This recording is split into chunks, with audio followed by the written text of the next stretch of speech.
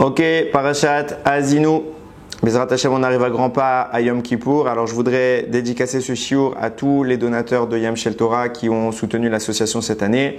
Baruch Hashem, s'il y a eu une diffusion de shiurim régulièrement, s'il y a eu des shiurim de halacha, s'il y a eu un nouveau format de vidéo, s'il y a eu la publication de livres qui ont été offerts, c'est grâce à vous, grâce à votre soutien. Il n'y a pas de mots pour qualifier le mérite qui est le vôtre. Que ce soit pour vous un argument Bashamaim et qu'Akadosh Baruch Hu soit toujours enclin à vous fournir toutes les brachot que vous méritez. Il ratsonne qu'on puisse toujours continuer ensemble et à diffuser la Torah, à faire connaître ce qu'est qu'être juif, à faire connaître Akadosh Baruch Hu.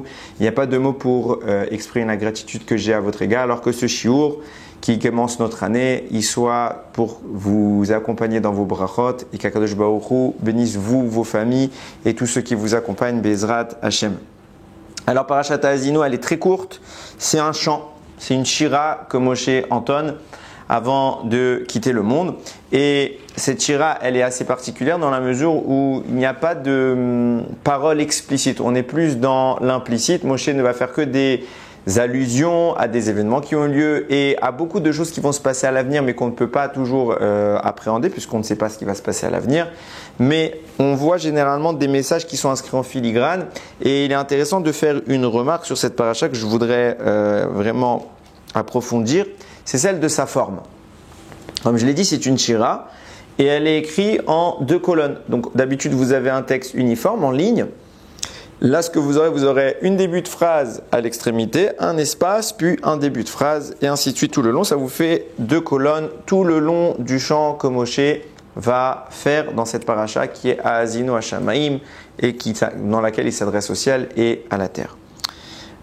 Le Sfat Emet écrit dans, si je ne me trompe pas, c'est dans Parashat Vayeri, que Parashat Vayeri à l'inverse, elle est collée.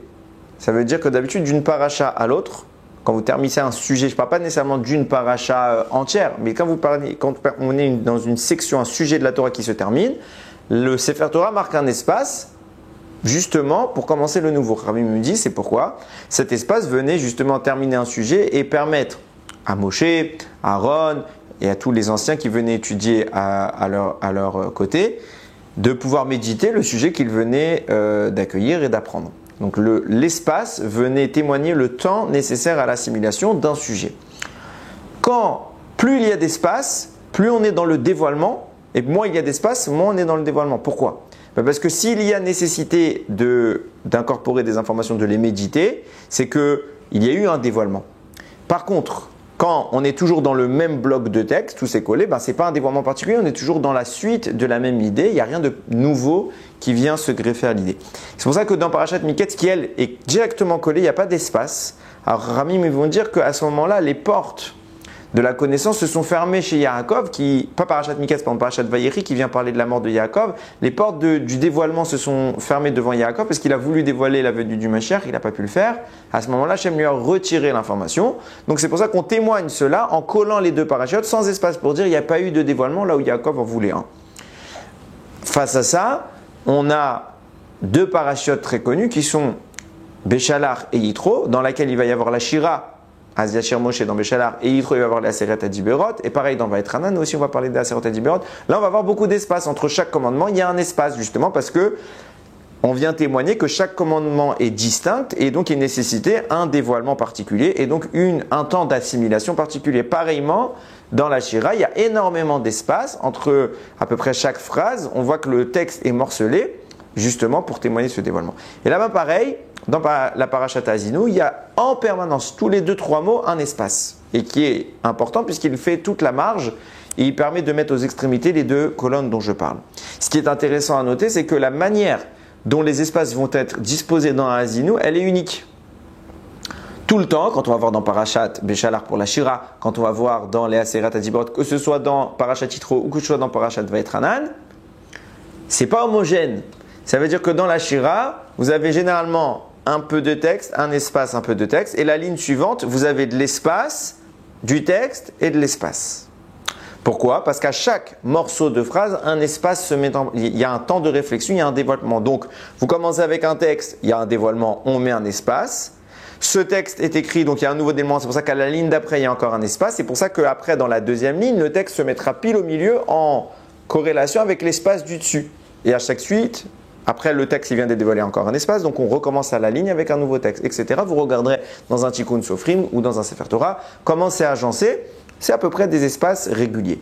Là, ce qui est intéressant, c'est qu'on ne va pas suivre ce procédé. Et dans Parashat Haazinu, on est en colonne. Et dans tout le Chumash, il n'y a pas une paracha qui est présentée de cette manière où il y a une vraie colonne parallèle, tout est nickel. Et quand on regarde à peu près tout le texte de la Torah, il n'y a qu'un autre endroit où on voit une colonne similaire, où on a du texte à droite et du texte à gauche et du vide au milieu. Quand on le regarde, c'est dans la Megillat Esther. Dans la Megillat Esther, au moment dans le 9e chapitre, à la fin de la Megillah, lorsque Haman est vaincu et qu'on va prendre les 10 fils d'Haman pour les mettre à la potence, on va citer, vous vous souvenez sans doute que le Chazan à ce moment-là, il lit assez vite parce qu'il doit lire d'un seul souffle. On va citer les 10 noms des fils d'Haman et là vous verrez qu'à chaque fois c'est écrit Ve'et et le nom. Ve'et et le nom et au milieu c'est du vide. Et ils sont écrits en colonne. C'est la à ma mémoire, c'est la seule fois, à part Parashat Haazinu, où on voit cette présentation. Alors, évidemment que c'est pas pour rien que là-bas c'est écrit de cette manière, et ici également c'est écrit de cette manière. On va essayer d'analyser les choses, et on va se baser sur ça, sur deux psukim. C'est écrit comme ça. Dans notre parasha, nous, Moshe parle, il dit « Zechor yemot olam » souviens-toi des temps d'avant. Binou Shenot Dorvador questionne, analyse les années, généralement de chaque génération. Chez Alavira Veyagedra, questionne ton père, il te dira, Zekenecha Veyomroular, tes anciens, et ils te diront. Ton père te racontera, tes anciens te diront. Banchel Elion Goïm, quand Goïm Beafrido Bene Adam, Yatsev Givulot Amim, Lis Mispar Bene Israël, quand le Hachem, le souverain, Elion, le suprême, il donna leur lot, leur part aux nations, Bene Adam. Beafrido Bene Adam, par contre, il a séparé des nations les enfants de Adam. On continue. Yatsev Givulot Amim, il a fixé des limites, des frontières au peuple, les Mispar Ben Israël, en rapport d'après le nombre des Béné Israël. Car ce peuple c'est la part d'Hachem, Yaakov est le lot de son héritage.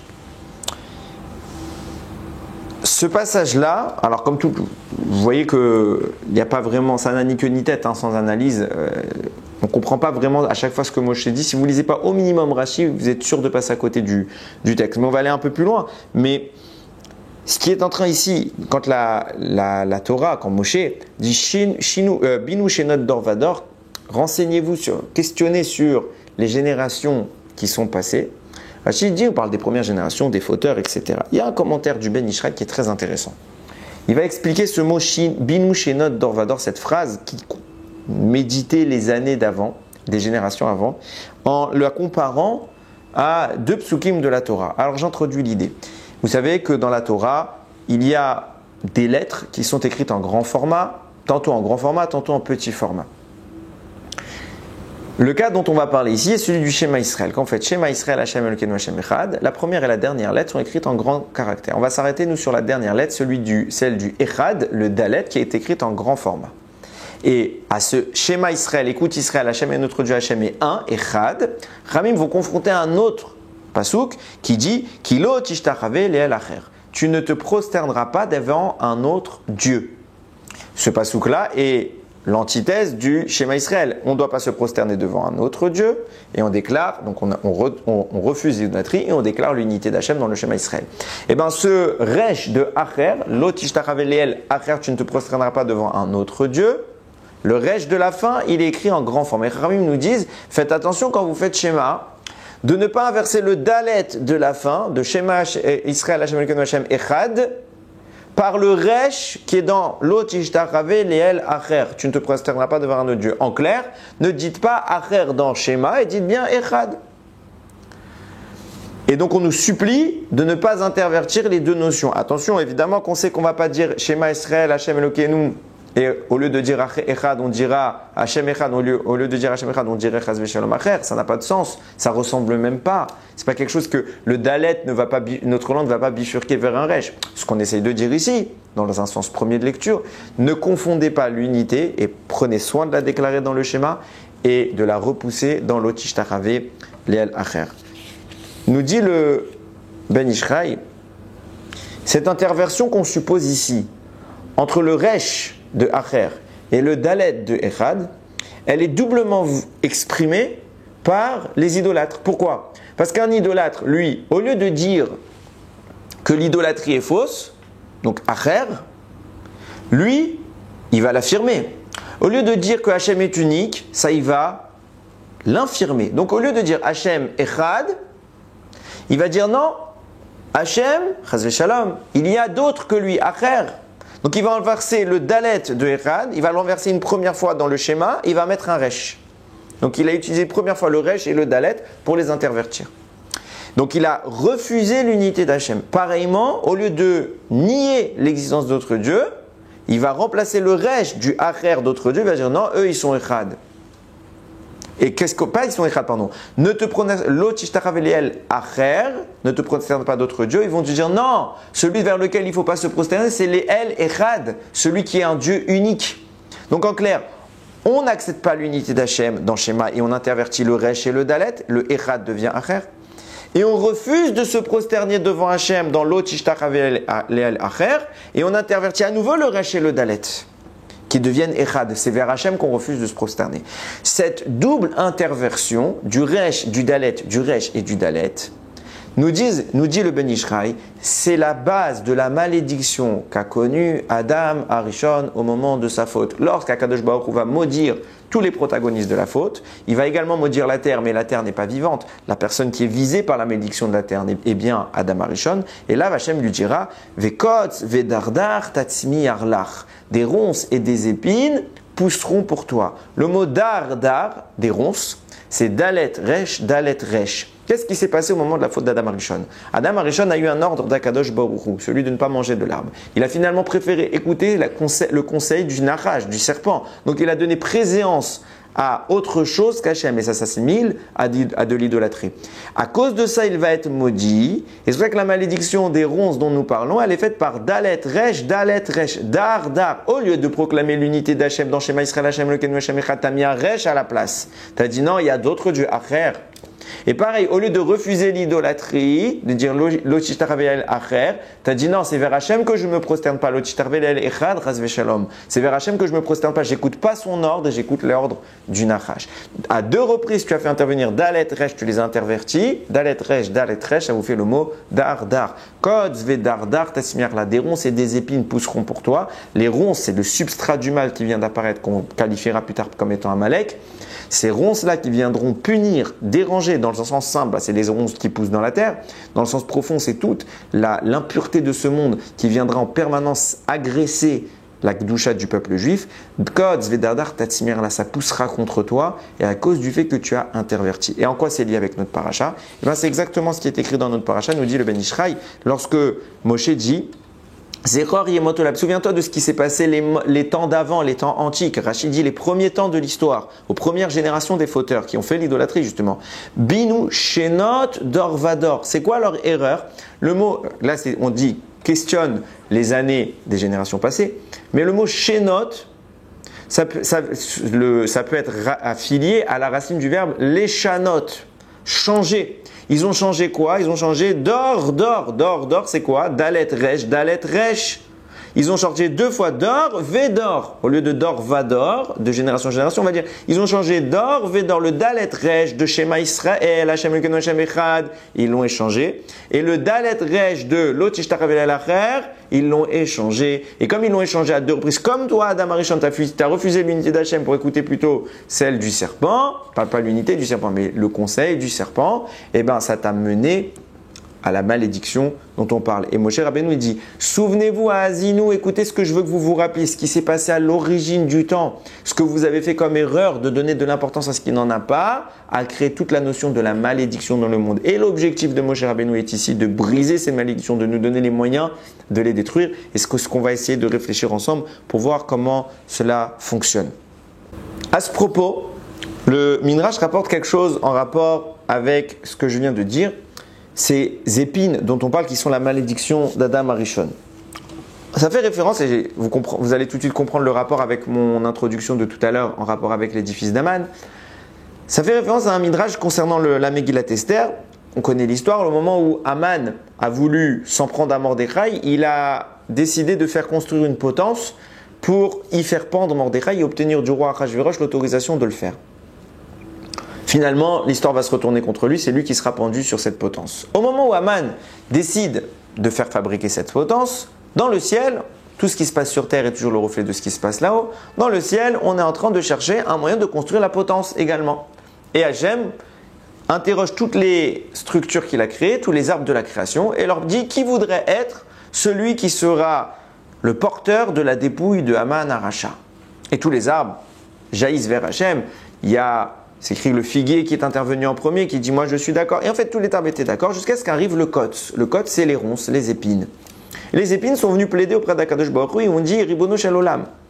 Il convient que moi, qui ne suis incapable de porter quoi que ce soit, puisque je ne suis qu'une épine, puisse au moins porter le mal et le détruire. Le but de l'épine est de déranger, de piquer.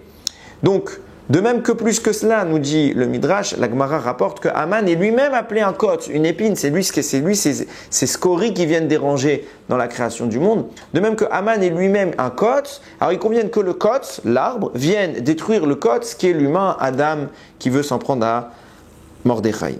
À ce moment-là, Akadosh Baruch Hu a dit d'accord, je te sélectionne pour être l'élément qui punira Haman Aracha. Le Midrash raconte, à ce moment-là, une fois que dans le ciel ça a été choisi, alors on a pu trouver sur terre l'arbre, les bois nécessaires à la pendaison que voulait utiliser Haman. Et une fois qu'ils étaient en train de les fabriquer, Haman regardait la structure et il se mettait dessus avec la corde pour voir est-ce que c'était la bonne hauteur, pour vérifier. Il s'imaginait, lui, se projetait déjà Chas v'Shalom en train de pendre Mordechai. Et Bachamam, il y a une voix du ciel qui est sortie qui a dit cet arbre, il semble te plaire, c'est pour toi qu'il est destiné, tu y conviens très bien, et il est préparé cet arbre depuis la création des 6 jours de Bereshit.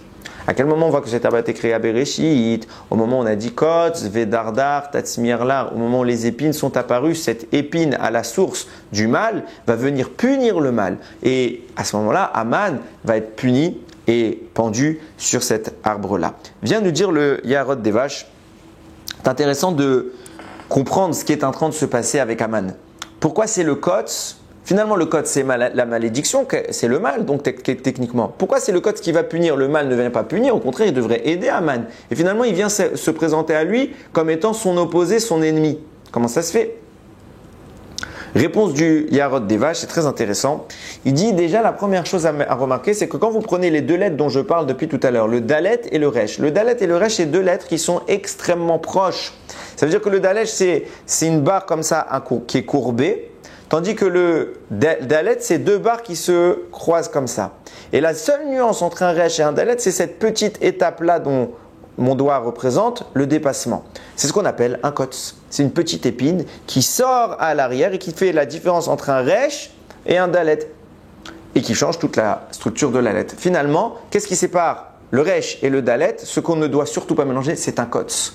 Mieux que cela, quand vous prenez la valeur numérique du mot de la lettre dalet, c'est 4. Quand vous prenez la valeur numérique de la lettre resh, c'est 200. Entre les deux, vous avez un espace de 196. 196 est précisément la gematria du mot kotz. Pour nous dire, quand vous avez le dalet qui incorpore le kotz, alors c'est 4, c'est une entité à part entière. Mais quand on sépare le kotz, 196, du dalet, 4, ensemble, ça fait deux entités qui vont en créer une nouvelle. Au lieu d'être une seule entité, on crée une nouvelle entité. Le 4 s'associe au 196, le kotz et le dalet vont créer le resh, qui est une valeur de 200.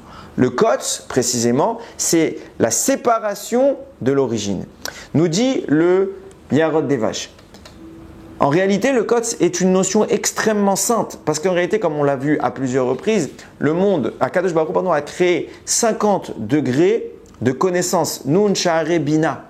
Et où elles sont symbolisées ces 50 degrés de connaissance? Elles sont au sommet des lettres de la Torah. C'est les kotz, c'est les petites épines au sommet des lettres de la Torah. Et l'objectif du mal et l'objectif d'Haman était le même, était d'accéder à la connaissance suprême pour justement la faire descendre et la brider. Quand Haman a voulu faire descendre la connaissance et bloquer son accès, alors le kotz est descendu, le dalet est devenu un resh, Shema Israël Hashem Elokeinu Hashem Echad, on ne peut plus lire Echad à cause de ça, le est apparu, la notion des autres dieux, de la fausse croyance, de l'idolâtrie s'est mise en place.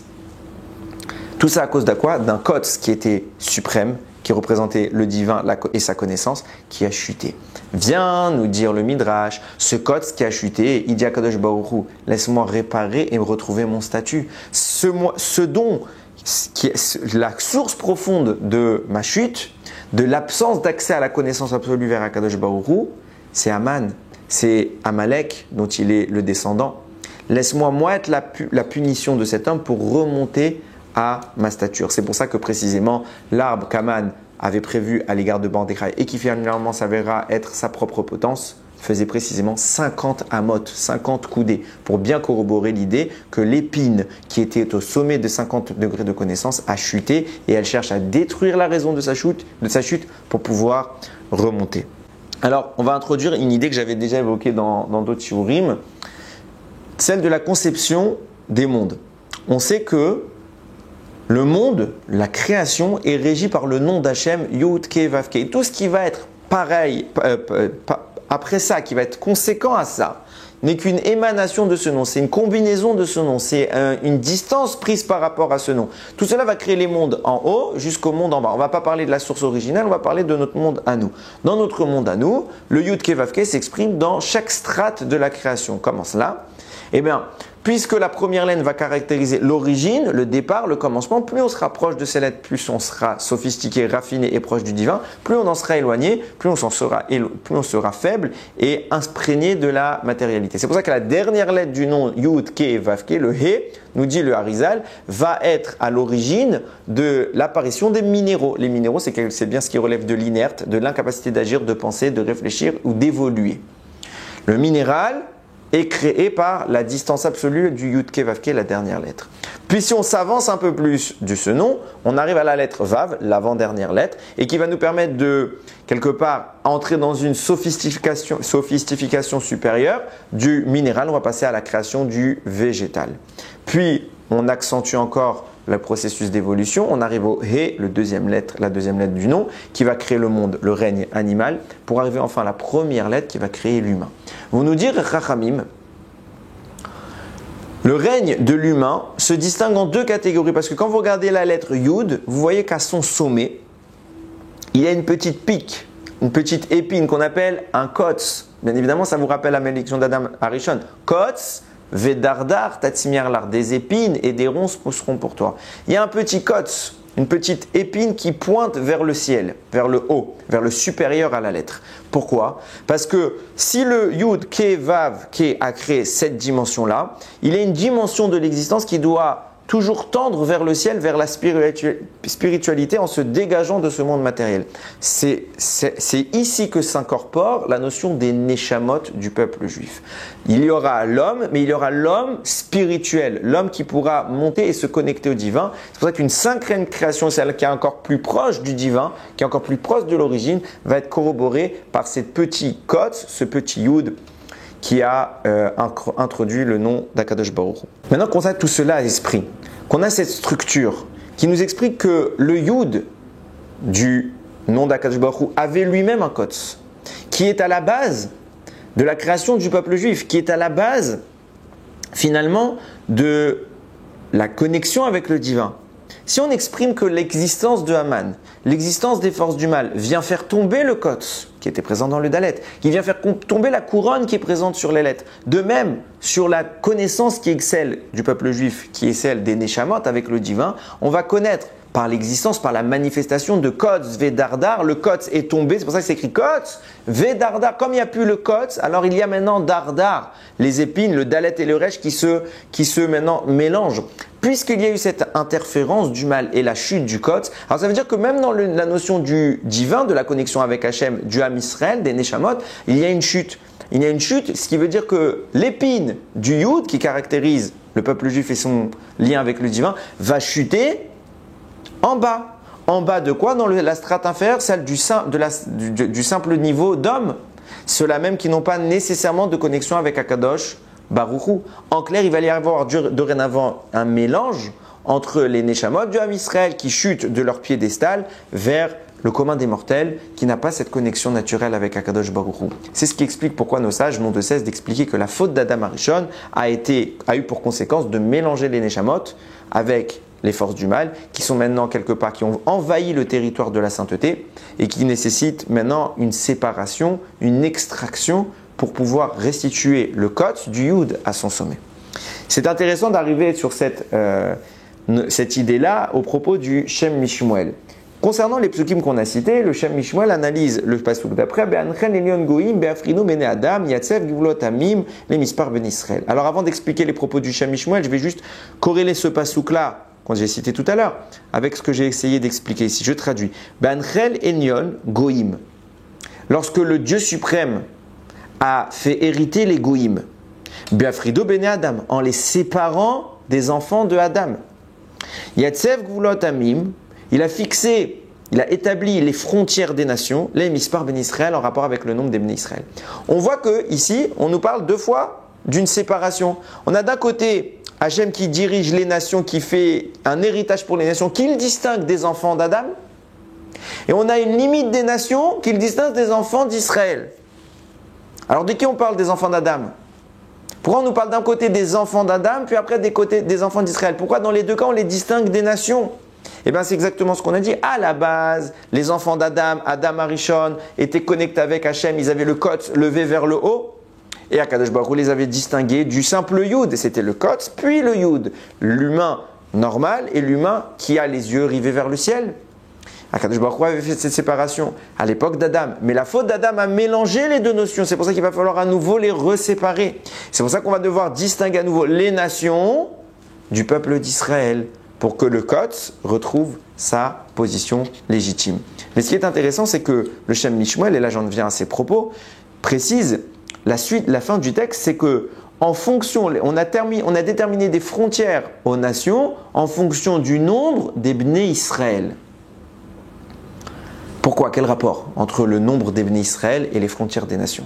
Il explique le Shem Mishmuel que c'est là que se trouve la raison profonde pour laquelle les Bnei Israël sont descendus en Égypte accompagnés de 70 vivants, 70 âmes. Quand Yaakov arrive en Égypte, il y a écrit sa famille est composée de 70 personnes. Et parallèlement à ça, on le sait, il y a 70 nations. Il nous révèle le Shem Mishmuel, chaque âme du peuple juif est corrélée à une nation non juive. Et le rôle de la Neshama du peuple juif est d'éclairer cette nation. Ça veut dire qu'il y a un impact direct de l'aptitude, des actions, des mitzvot de cette Neshama sur une des 70 nations. Et l'objectif est d'élever l'ensemble par la sanctification que va vivre la Neshama en question. La nation qui lui correspond, qui lui est affiliée, va elle-même vivre, s'agrandir, s'élever vers Akadosh Baruch Hu. Dans l'hypothèse où cette nation veut bien suivre ce processus. Par contre, si la nation en question refuse de suivre ce processus, alors la particule de sainteté qui l'anime lui sera retirée, provoquera son effondrement et reviendra rejoindre le Ham Israël. Nous dit le Shem Mishmuel, c'est ce qui explique pourquoi par la suite, aujourd'hui on n'a plus 70 nations, on a beaucoup plus de nations. Qu'est-ce qui s'est passé? Parce que c'est corrélé au nombre du peuple juif. Quand on est en Égypte, on est descendu 70, donc on avait de quoi nourrir 70 nations. Mais quand on est sorti d'Égypte, on est arrivé au stade de 600 000 et peut-être même plus encore aujourd'hui. Donc on a eu de quoi nourrir beaucoup plus de nations. On a ouvert la porte à l'accroissement démographique de toutes les populations qui peuplent le globe terrestre. Et grâce à cela, on permet, par nos actions, chaque Neshama du peuple juif peut interagir avec un groupe de Neshamot, un groupe d'existence plutôt, parce qu'ils n'ont pas la notion de Neshama comme la nôtre, ils ont la notion du Nefesh, qui est l'âme qui donne l'animation dans l'existence. Ce Nefesh-là, cette âme, va résonner avec la Neshama du peuple juif, du membre du peuple juif qui lui correspond, et va pouvoir l'élever, l'acheminer vers une strate supérieure, plus proche d'Akadosh Baruch Hu.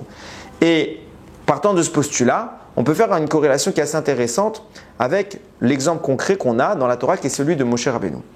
Comme je viens de le dire, chaque Neshama a un correspondant dans le monde des nations. On a la correspondance avec Moshe et la nation qui est affiliée à lui. Nous dit le Harizal, comme ça c'est écrit, on connaît cette phrase de la conclusion de la Torah, Velokam Naviot Be-Israël, ne s'est pas levé un autre prophète Be-Israël comme Moshe, un autre comme Moshe. Le Sifri va rapporter, c'est en Israël, parmi les peuples juifs, que ne s'est pas levé un prophète comme Moshe, mais parmi les nations, oui, il y a eu un qui était ce prophète, Bil'am. Bil'am va être le pendant négatif de Moshe Rabbeinu. Ramim vont préciser la chose suivante, et c'est comme ça que le Harizal explique. Moshe est lié au Ham Israël. C'est lui qui va illuminer le Ham Israël, le nourrir en Torah et en sainteté. Mais l'âme de Moshe, depuis la faute d'Adam Arishon, comme c'est le cas pour toutes les Neshamot depuis, a été contaminée par le mal. Et donc elle va être quelque part affectée par des énergies négatives. Ces énergies négatives vont être dégagées de Moshe. Comme je l'ai dit tout à l'heure, il va y avoir un mélange entre les nations et les Neshamot du peuple juif. Donc ce mélange-là, on va devoir le scinder pour donner naissance à Moshe au peuple juif. Et en parallèle de ça, la partie qui était greffée à la Neshama de Moshe, mais qui est maintenant liée à lui, va donner naissance à Bilam. Et pareillement, de même que de Moshe va émaner la lumière vers le clan d'Israël, de même de la partie subalterne de Moshe qui est Bilam, va émaner un peuple qu'on appelle le Erev Rav. Le Erev Rav, c'est ces Égyptiens qui, au vu des miracles de la sortie d'Égypte, vont s'imprégner de cette connaissance du divin, ils vont vouloir suivre le peuple juif dans la libération jusqu'à Matan Torah. Le Erev Rav est donc le pendant des nations qui est corrélé à la Neshama de Moshe, puisque de lui découle. Et c'est pas pour rien que Moshe Rabbeinu va avoir à cœur de les faire entrer dans l'alliance avec Akadosh Baruch Hu, voyant leur intérêt, qui vont porter le regard vers nous pour suivre notre démarche. Moshe Rabbeinu va avoir une réaction une réaction pleine de miséricorde vis-à-vis de pourquoi particulièrement, quitte à ce qu'il ne consulte pas Hachem, mais parce qu'en fait c'est le peuple qui lui correspond, et son rôle sur terre, c'est justement d'élever ce peuple. Donc Moshe se dit, quoi de mieux que de les faire entrer sous les ailes de la Shekhinah. Cependant, c'est à cause de cet événement que viendra un autre événement beaucoup plus triste, celui du veau d'or. Au moment où Moshe Rabbeinu se tient dans le ciel pour recevoir l'étape de la loi, le Ham Israël sur terre, il faute. Et Akadosh Baruch Hu dira à Moshe, mais d'abord Hachem el Moshe, l'air raide, va, descend, qui shichet amecha, asher eletam eretz Misraim, parce que c'est perverti le peuple que tu as fait sortir d'Égypte. Nous dit le Harizal, c'est un enseignement que j'ai rapporté à plusieurs reprises. Comme je l'ai dit tout à l'heure, il existe 50 portes de la connaissance. Toutes ont été transmises à Moshe, nous dit la Gemara, sauf la dernière, la 50e. Nous dit le Harizal, en réalité, tout a été transmis à Moshe intégralement. Et à la fin, au moment du veau d'or, la 50e porte lui a été retirée, comme l'insigne de Pasuk. L'air raide descend, va et descend. Ça veut dire que Moshe est un statut, et il doit maintenant descendre d'un statut. Il était à quel statut? Le statut de l'air. L'air, valeur numérique 50. Il avait la 50e porte, et maintenant descend d'un degré, passe à la 49e porte. On voit tout de suite la corrélation avec tout ce que j'ai dit depuis le début. Le mot qui est utilisé pour faire descendre Moshe d'un palier, c'est le mot Red qui est composé de Resh, Dalet. Au moment où le Ham Israël est en train de recevoir Matan Torah, Dieu se dévoile. Que fait le peuple juif? Il fait le veau d'or, il fait Avodazara, il intervertit le Resh et le Dalet à nouveau. Hachem dit, puisqu'il y a eu ce veau d'or, il y a eu à nouveau la Avodazara Kotz Vedardar. Alors je retire à nouveau le Kotz, je retire le sommet de la connaissance à 50e porte. Et tu étais à l'air, tu étais à 50 valeur numérique. Tu raides, maintenant tu descends à cause de la Avodazara. Qui sont les protagonistes de cette Avodazara? Nous dit Rashi, Amecha. Qui shiret amecha, ton peuple, c'est perverti, pas mon peuple, ton peuple, le peuple qui découle de ta neshama, et Asher et l'État Meretz Misraim que tu as fait monter, pas que j'ai fait monter d'Égypte, c'est toi qui l'as fait monter. Ce peuple-là qui découle de ta neshama, le Erev Rav que tu as voulu faire venir, lui est responsable de la chute du Kotz, lui est responsable de ta perte d'accès à la 50e porte. L'air, tu étais à 50, Red, à nouveau la Vodazara va pervertir ton accès et va te faire descendre d'un palier. Et ça nous amène immédiatement à Yom Kippour. Pourquoi? Nous dit le Yarod des Vaches que, précise Mechila, c'est Rashi qui le rapporte, j'ai failli m'embrouiller. Au moment où Akadosh Baruch Hu a créé l'Adam, il lui a montré, Rashi le rapporte sur Tehillim, il lui a montré tous les jours qu'il allait créer dans l'histoire. Et Adam en a choisi un pour lui. Toutes les particularités de chaque jour, il en a choisi un pour lui. Certains disent le Shabbat, certains disent c'était Yom Kippour qu'il a choisi pour la Slicha, pour le pardon, la Mechila, le pardon qu'Akadosh Baruch Hu nous y accordera. Cette discussion qu'il y a pour savoir est-ce que c'était Shabbat ou Yom Kippour qu'il a choisi. On peut voir ça comme une marloquette, on peut voir ça comme une divergence d'opinion, on peut voir ça comme étant le même avis. Pourquoi? Le Yarod des Vaches rapporte, et cette fois je ne me trompe pas, c'est bien le Yarod des Vaches, qui va parler de la Briat Haolam, et on le sait tous, que les astres se sont mis en action au 4e jour lorsque Dieu a créé les grands et le grand et le petit luminaire, le soleil et la lune. À ce moment-là, la course, le cycle des astres a commencé à évoluer dans le ciel et c'est pour cela que la temporalité a pris sa place telle qu'on la connaît aujourd'hui. Puisque on est au début du cycle solaire, puisque les astres apparaissent au 4e jour, nous dit le Hérode des Vaches, on est donc au premier mois du cycle solaire. Le premier mois du cycle solaire, le premier mois de tous les mois dans la Torah, c'est celui de Nissan. Il est appelé Rosh Chodashim, le premier des mois du cycle solaire. Donc ce mois-là, et ce qui initie quand on est au moment du 4e jour de Bereshit, on est forcément au mois de Nissan, c'est donc forcément la fête de Pessah. Seulement, nous dit le Midrash, le rythme, l'élan, la vitesse de déplacement des astres à cette époque-là est sans commune mesure plus rapide que celle qu'il y a aujourd'hui. On est au début de la création et le temps évolue extrêmement vite. La course effrénée des astres n'est pas aussi étendue et lente que celle que nous connaissons aujourd'hui. Au point où, si le 4e jour, c'était Pessah, c'était le mois de Nissan, nous on le sait, le 6e jour, c'était Rosh Hashanah, soit 6 mois plus tard. On est déjà arrivé à l'autre moitié du cycle solaire. Ce qui veut dire que, nous dit le Yarod des Vaches, le temps n'évoluant pas de la même vitesse, c'est ce qui explique pourquoi à jour 4, on est à Pessah, et à jour 6, Adam Arishon est né, et il va vivre son jugement de Rosh Hashanah. Et selon ce même calcul, le Yarod des Vaches démontre que le jour 7 était celui de Yom Kippour. Il fait tout son calcul et il monte sa tombe pile sur Yom Kippour. Ce qui veut dire que le jour 7, celui qui est le premier Shabbat de toute l'histoire, c'était bien un Yom Kippour. Expliquant pourquoi Rashi nous dit, dans tous les choix qu'Akadosh Baruch Hu a proposé à Adam, il a choisi d'après certains Shabbats, d'après certains Yom Kippour. Réponse, c'est la même chose, il a choisi le Shabbat qui est tombé un Yom Kippour. Et il a choisi spécifiquement ce jour-là pour obtenir le pardon, pour qu'Akadosh Baruch Hu soit enclin à nous pardonner. Enclin à nous pardonner quoi? La faute qu'il vient lui-même de commettre, Kotz Vedardar, il a créé l'idolâtrie, il a créé la chute de l'accès au divin, le Kotz, l'épine qui donnait le sommet de la connaissance est descendu en bas, il est devenu l'apanage des forces du mal avec lequel les humains et les Neshamot se sont mélangés.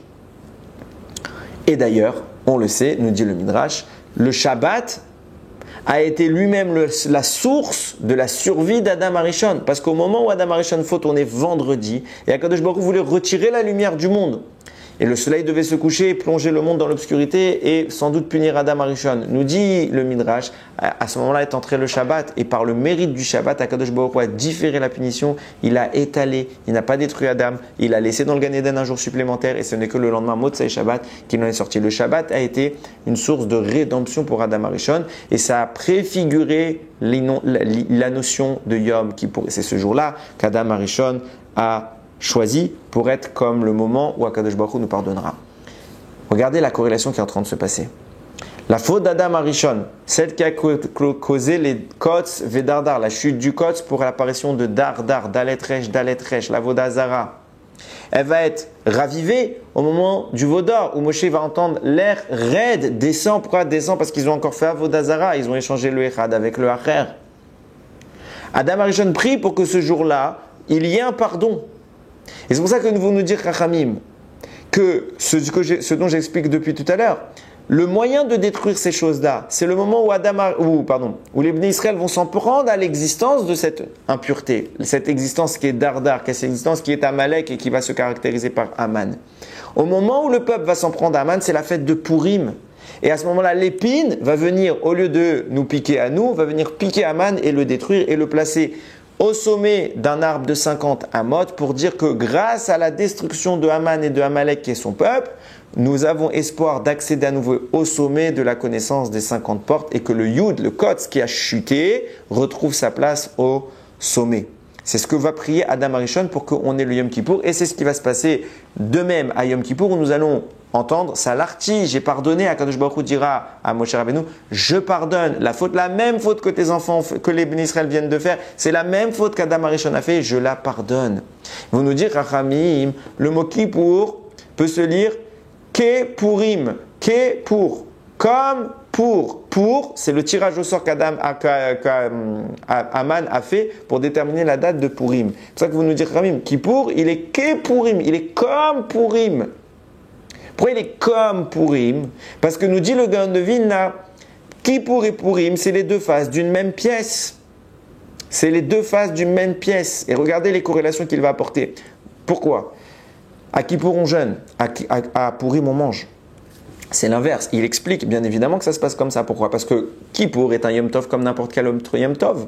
Et en tant que Yom Tov, il y a un principe qui régit le Yom Tov, c'est Chetzio Lachem, Chetzio Lachem. Normalement, il faut qu'on consacre une moitié de notre temps à Hachem et une moitié de notre temps pour nous, pour le Oneg, pour le profit, pour Vesamarta Bechagera. Or, c'est vrai pour toutes les fêtes, on peut se réjouir pour toutes les fêtes. Il y a une seule fête où il est impossible de faire Vesamarta Bechagera, de manger avec faste et abondance. C'est laquelle? C'est Yom Kippour, parce qu'on est consacré à la tfila et au jeûne. Comment faire? C'est pour ça que de Kippour va émaner une suite.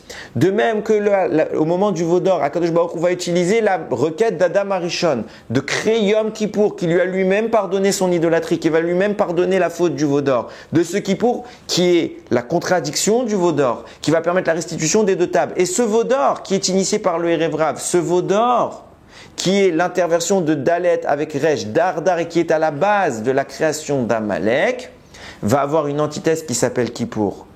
Kippour va être Chetzio Lachem, il est purement consacré pour Hachem. Mais Akadosh Baruch Hu va dire de Kippour émanera le Chetzio Lachem, la moitié qui est la vôtre. De Kippour viendra une autre fête qui est comme Kippour, qui est pareil, il est comme Pourim. Kippour, c'est Pourim. La même pièce qui a deux faces. Sauf que la première pièce, elle est Chetzio Lachem, on jeûne, on prie. La deuxième fête, qui est Pourim, qui est la même, qui est le prolongement de la première, et Chetzio Lachem, au contraire, vous mangez. Ça vient terminer le processus. Et regardez comment les choses se greffent l'une sur l'autre. Comment fonctionne Kippour? Kippour commence par le 9 Tishri, dans lequel, au contraire, il faut manger avec faste. Et se conclut par un jeûne. D'abord, on mange abondamment, puis après, on jeûne. Tandis que Pourim, d'abord, nous jeûnons le jeûne d'Esther, puis après, nous mangeons. On vient justement terminer, faire l'autre côté de la face, inverser les notions pour dire qu'en réalité se greffe la fête de Kippour avec la fête de Pourim dans une seule entité. Avec une nuance très importante qu'il faut noter. C'est que dans ce procédé-là, qui est celui de Pourim, on vient nous terminer ce qui a été commencé à Kippour. À Kippour, Akadosh Baruch Hu dit « Je vous pardonne. Vous faites maintenant les Chetzio Lachem. Consacrez-vous à me demander pardon. Grâce à ça, je vous rapproche de moi. Je vous rends les tables. J'accepte votre présence malgré que vous aviez fait pousser les épines. Malgré que vous avez instigé le mal dans le monde et que vous avez donné naissance à Amalek et à Aman. Je vous pardonne. Et je vous donne la Torah, symbole de l'énergie qui va pouvoir s'opposer à leur existence. C'est pour ça que Kippour il est Chetzio Lachem, on doit se concentrer à retourner vers Akadosh Baruch Hu, puiser l'énergie pour obtenir le pardon. Mais attention, il serait malheureux de restreindre Kippour à une seule journée. Maintenant qu'on a fait Chetzio Lachem, il faut faire Chetzio Lachem. On a fait la moitié pour Hachem, maintenant la moitié qui est notre travail. Akadosh Baruch Hu nous a rechargé à Yom Kippour. Maintenant qu'on a la force de s'opposer à Amalek et tout le mal, et à toute cette idolâtrie, à toute cette mauvaise pensée qui est la nôtre, on doit s'en servir pour pouvoir lutter physiquement. On ne doit pas que attendre d'Akadosh Baruch Hu. On ne doit pas dire « Ah ça y est, Hachem m'a pardonné, tout est pardonné, on oublie tout et je peux faire ce que je veux. » Non, maintenant qu'il m'a donné les forces du pardon, je dois travailler ces forces pour m'en servir et éradiquer le mal qui existe dans le monde. C'est pour ça que Pourim, c'est Chetzio Lachem, c'est votre part du travail. Et c'est pour ça que c'est à Pourim qu'on va effacer Aman. C'est à Pourim que le Kotz qui est tombé va venir punir son agresseur. C'est à Pourim qu'on va monter sur un arbre de 50 amot. On va monter au-dessus du mal pour pouvoir restituer notre connaissance. Pourim va être le pendant de Kippour. Mais un Pourim sans Kippour n'existe pas. Et un Kippour sans Pourim est inutile. Le moment où Kippour intervient, c'est le moment où Bezrat Hashem, on va vivre cet instant où Akadosh Baruch Hu nous dit « Je vous pardonne ». Ça veut dire quoi, je vous pardonne? Ça veut dire que je vous réinjecte toutes les forces qui étaient les vôtres avant la faute. Mais je vous demande une contrepartie. Ça, c'était Chetzio Lachem. Ça, c'était pour moi. Maintenant, à vous de prendre les forces que je vais vous offrir et avec lesquelles je vais vous nourrir pendant Yom Kippour et de les impacter dans le monde pour que la fête de Pourim existe. Il n'y a pas de Kippour sans Pourim, il n'y a pas de Pourim sans Kippour. Parce que si on fait tout cet effort de prier, de demander pardon, de se faire pardonner, et ce n'est pas pour faire briller la lumière dans le monde, c'est pas pour continuer nos efforts vers Akadosh Baruch Hu et faire connaître Akadosh Baruch Hu et détruire le mal qu'est Amalek et que ce Kotz, il retrouve sa place pour que Dar n'existe plus, alors ça ne sert à rien. Le Kotz doit être à sa place. il doit remonter au sommet de la connaissance. C'est pour ça qu'en introduction, je vous ai dit, il y a deux parachiotes qui sont en parallèle. Parce que la paracha de Haazinu, enfin deux passages de la Torah, la paracha de Haazinu est souvent corrélée à Yom Kippour, elle est toujours très proche, quoi qu'il en soit. Soit elle est avant, soit elle est après, ça dépendra des années. Mais elle est toujours très proche de Yom Kippour. Parce que Moshe Rabbeinu vient nous dire, tout ce qui s'est passé à l'époque d'Adam Arishon, qui s'est répété à l'époque du veau d'or, c'est ce qui va donner l'existence des forces du mal. Dar, c'est ce qui a fait que moi, Moshe Rabbeinu, Hachem m'a dit, l'air raide, va, descend, j'ai perdu l'accès à la 50e porte. L'objectif de votre existence, Azinu Hachamim, écoutez bien le ciel, Vetishma Haaretz, et que la terre entende ce que j'ai à dire.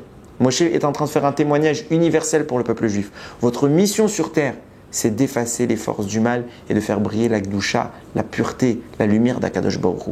Si vous arrivez à Yom Kippour à faire ce qui s'est passé au moment du veau d'or où j'ai imploré à Akadosh Baruch Hu qu'il a accepté de vous redonner la Torah, de vous redonner les forces. Si vous arrivez à ce moment-là à réobtenir cette Torah, à réobtenir cette lumière et que vous ne vous en servez pas alors Kippour n'aura servi à rien.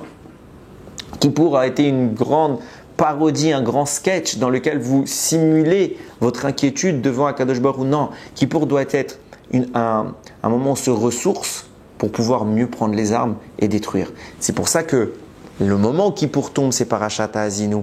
Et le seul endroit dans la Torah où la formulation du texte, la configuration du texte est à nouveau en deux lignes parallèles, c'est le moment où on va faire tomber l'édifice d'Aman.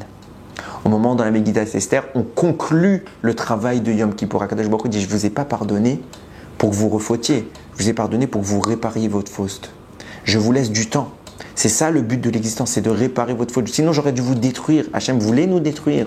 Il l'a pas fait, il a dit d'accord, je veux bien ne pas vous détruire. Grâce à Yom Kippour, j'entame maintenant Yom Kippour. À vous de le terminer. Ne laissez absolument pas le travail inachevé. C'est à vous de terminer le travail, de réparer votre propre erreur. Vous avez été idolâtre à l'époque d'Adam Arishon, vous avez créé Amalek. Vous avez été idolâtre à l'époque de Moshe Rabbeinu, vous avez fait le veau d'or, vous avez renforcé Amalek. J'aurais dû vous détruire, je ne l'ai pas fait. Parce qu'Adam Arishon avait prié depuis le début, Akadosh Baruch Hu ne les détruit pas. Moshe a prié pour qu'on soit sauvé. Kippour a été le moment où on a, par notre parole, par le jeûne, Moshe jeûnait. Le Sfat Emet dit que nous aussi, nous étions en train de jeûner ce jour-là. Par ce jeûne qui a été le nôtre, par ce repentir, Akadosh Baruch Hu dit, j'accepte de prolonger votre existence. J'accepte de prolonger le contrat. Mais à condition que vous atteigniez l'objectif. Ne venez pas me voir à Yom Kippour prendre des forces pour ne pas vous en servir après. Venez puiser le maximum de force. Et plus vous en puiserez, plus vous serez capable. Mais servez-vous-en. Ne passez pas encore une nouvelle année. On commence une nouvelle année. On va obtenir le pardon, Bezrat Hashem. On va être sincère. On va pleurer à Yom Kippour. On va rappeler à Kadosh Baruch Hu combien on regrette. Mais ce qu'on sera après les hypocrites qui recommencent les mêmes bêtises, ou au contraire, on sera ceux qui ont saisi les armes pour cette fois livrer bataille contre les forces du mal. Les deux parachiotes, la mort des enfants d'Aman, du substrat du mal, la destruction de cette notion-là, sur un côte, sur une épine, cette pendaison qui a été la leur, elle est corrélée à Haazinu, qui est elle-même mise en parallèle pour dire, il faut faire descendre, il faut les pendre pour que vous montiez. Il faut faire chuter le mal, récupérer le côte qui est en bas et le placer au sommet de votre existence pour être la petite pointe du Yud qui pointe toujours vers Akadosh Baruch Hu. Ne faisons pas de Kippour une journée isolée dans l'année. Ne laissons pas passer le moment où Kippour vient nous nourrir. Au contraire, Kippour est un commencement. C'est la première fête de l'année finalement, puisque Rosh Hashanah, c'est ce qui initie, c'est le moment du jugement. Mais une fois qu'on a été jugé, c'est la première fête qui arrive. C'est Yom Kippour, celle qui rétablit l'étape de la loi, c'est celle qui rétablit le peuple juif dans sa position, celle qui le reconnecte avec Akadosh Baruch Hu. Là, nous aurions pu perdre cette connexion. C'est ça toute l'erreur à ne pas commettre. Kippour vient nous rendre la petite épine qui va permettre de pendre, de piquer le mal à la source. Il est raison que Kippour nous remplisse de lumière et que cette lumière, elle se pérennise sur toute l'année, elle se profile pour qu'on en arrive au moment où Bezrat Hashem, la parashat Haazinu qui est en colonne, va résonner avec la mise à mort d'édifice d'Aman, avec Aman, avec son ancêtre Amalek et toutes les forces du mal qui viennent pourrir quelque part la création d'Akadosh Baruch Hu. Yeh Ratson, que cette année, à nouveau, on soit béni par Akadosh Baruch Hu, inscrit dans le livre de la vie et que cette vie soit active pour aboutir à son projet et pas à ce que nous voudrions, à son projet. C'est celui de reconstruire le Beth Amikdash, de nous envoyer Mashiach Bimera Biamenu. Baruch Adonai Leolam. Amen ve Amen.